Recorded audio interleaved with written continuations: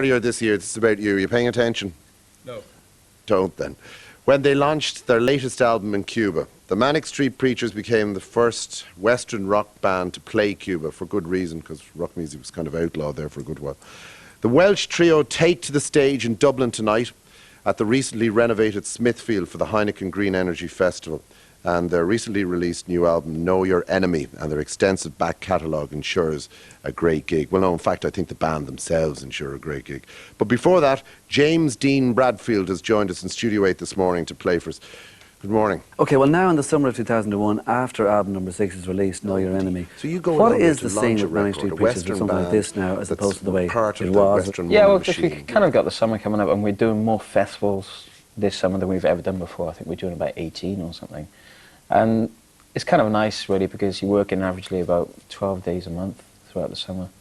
And I think we're happy to really just go and do the smash and grab kind of gigs. Now, I suppose you're here to play music, so let's do that first of all. I don't know what arrangement you've made with Siobhan Hock, whether you're going to play the cover version first or whether you're going to... what are you going to do? You tell me. An original first, called Ocean Spray. Don't sound so close to me. Can I sit down? Is that okay?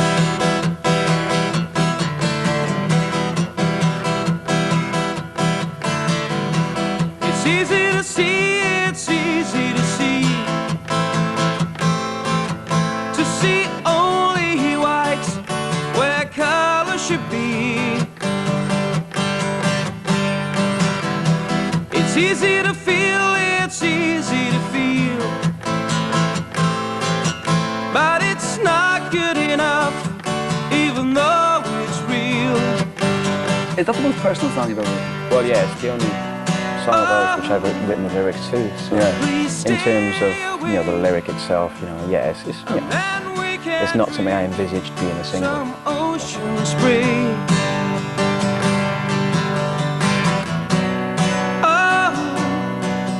Oh, please stay away. Okay, the lyric of the song itself, I mean, it is about, like, the kind of the strength of spirit, even in the face of absolute death. Yeah. And it's like, is it like a sort of a pain to your mother? Is it like saying, this is something for her? I know, I think, you know, I described it once as, like, some people like, you know, like dedicated bench, you know, somebody's died or somebody plants a tree, and that seemed like the best way for me. You know, I wrote that song for myself first of all. Nick kind of caught me doing a little demo of it in my bedroom in the studio, and he was like, you know, kind of, we should try and record that as a band. And I was a wee bit weary of it, because, you know, it just felt like, you know, just hanging out, you know, just hanging, washing out in public and all that kind of stuff. To cry so hard that it can't be denied. You put a lot of references to reading and to books, and Sylvia Plath was there in the first album, etc. And maybe it's a starting point for something to get into as a 15-year-old.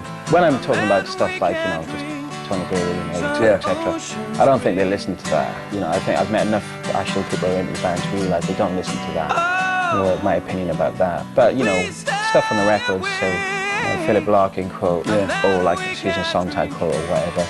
Yeah, they will go and search those people up and see what they're about, you know. Believe me, they do. And that's because that's what I did when I was young, you know. I mean, kind of, we always put those quotes on the record because it's from a humble perspective. You know, sometimes we consider our songs not to be finished or our lyrics not to be finished until they're finished off by a quote from somebody else.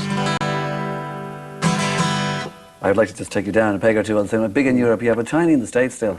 I think the only way we could ever sell a record in the States is that if John Hughes started directing films again, like Pretty in Pink, and decided to use a song like Motorcycle Emptiness. Otherwise, it's never going to happen, you know. Cuba.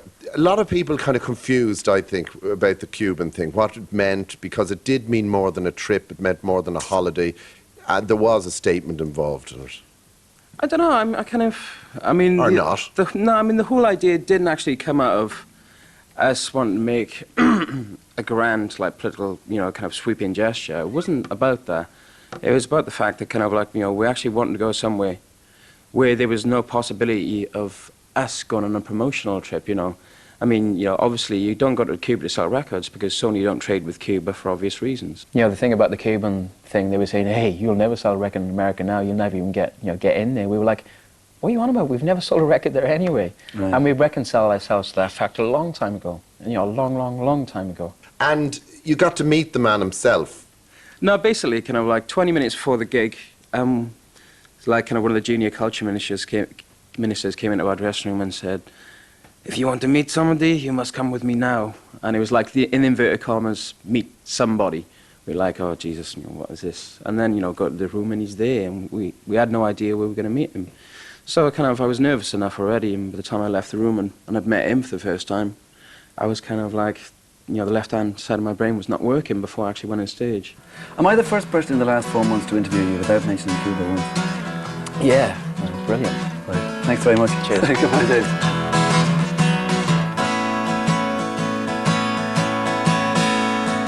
Raindrops keep falling on my head, and just like the guy whose feet are too big for his bed, nothing seems to fit. Oh, raindrops keep falling on my head, keep a-falling, and I just So what do you think about the whole Green Energy weekend?